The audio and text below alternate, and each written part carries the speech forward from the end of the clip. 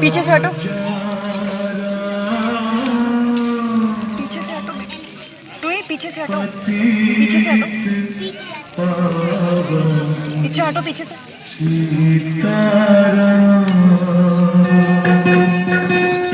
ईश्वर अल्लाह तेरा सबको सन्मति दे भगवान। बेटा राम, बेटा राम, राम उठो राम। हाँ हाँ, आप कौन हो?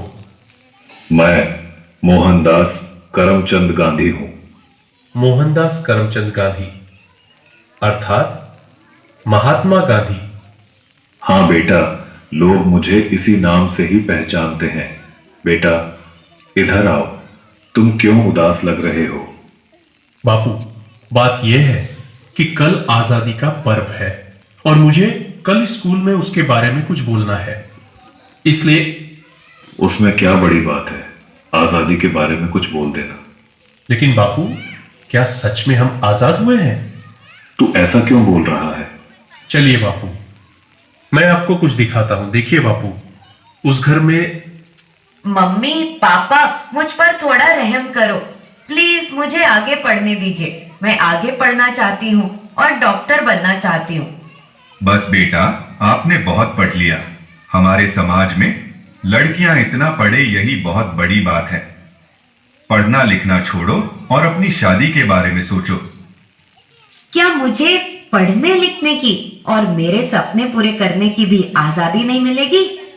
आइए बापू, उस घर में भी देखते हैं। मेहरबानी करके आप यह व्यसन छोड़ दो और घर में भी ध्यान दिया करो। अब हमारे घर में खाने के लिए अनाज का दाना भी नहीं है। वह सब कुछ मुझे नहीं पता, बस मुझे पैसे दो। मेरा शरीर कांप रहा है और दिमाग काम नहीं कर रहा है। अब जल्दी पैसे दो, मुझे देर हो रही है। नहीं, यह पैसे मैं नहीं दूंगी।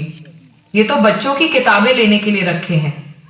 चुपचाप मुझे पैसे दो और यहां से हटो, मुझे जाने दो।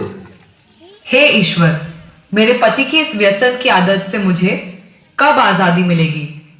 बापू, और आगे चलिए, मैं आपको एक रिश्वतखोर अधिकारी बताता हूं। साहब, कई दिनों से मैं आपकी ऑफिस के चक्कर लगा रहा हूं। अब तो मेहरबानी करके मेरा काम कर दीजिए। अरे भाई, कितनी बार बोलूं तुझे, तेरा काम बहुत कठिन है और बड़े साहब मना कर रहे हैं। तुझे जो समझाया है ऐसे करो ना भाई।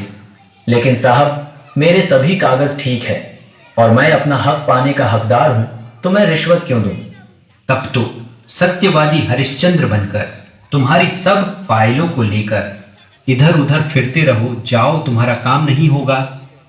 हे ईश्वर, हमारे जैसे ईमानदार लोगों को ऐसे रिश्वतखोर अधिकारियों से कब आजादी मिलेगी? चलो बापू आगे। अरे भैया, ठीक से तोल माप किया करो। गेहूं और चावल तो मिले, पर दूसरी चीज कहां पर है? अरे भैया, आपको जल्दी आना चाहिए ना। बाकी सामान तो सब खत्म हो गया है। आगे से ही कम सामान आया था, उसमें हम क्या कर सकते हैं? आपने तो कल ही सामान देना शुरू किया है, तो खत्म कैसे हो सकता है? अरे यहां से निकलो भैया, और लोग भी लाइन में राह देख रहे हैं। आपको जो शिकायत है वह बड़े अधिकारी से जाकर करना। हे भगवान, हम गरीबों को ऐसे अनाज की तस्करी करने वाले लोगों से कब आजादी मिलेगी? देखा ना बापू आपने, क्या आपको लग रहा है कि सच में हमारा देश आजाद हुआ है? आज के समय में भी लड़कियों को पढ़ने की आजादी नहीं है। आज के समय में बहुत सारे लोग व्यसन के अधीन होकर अपने घर की जिम्मेदारी को भूल रहे हैं।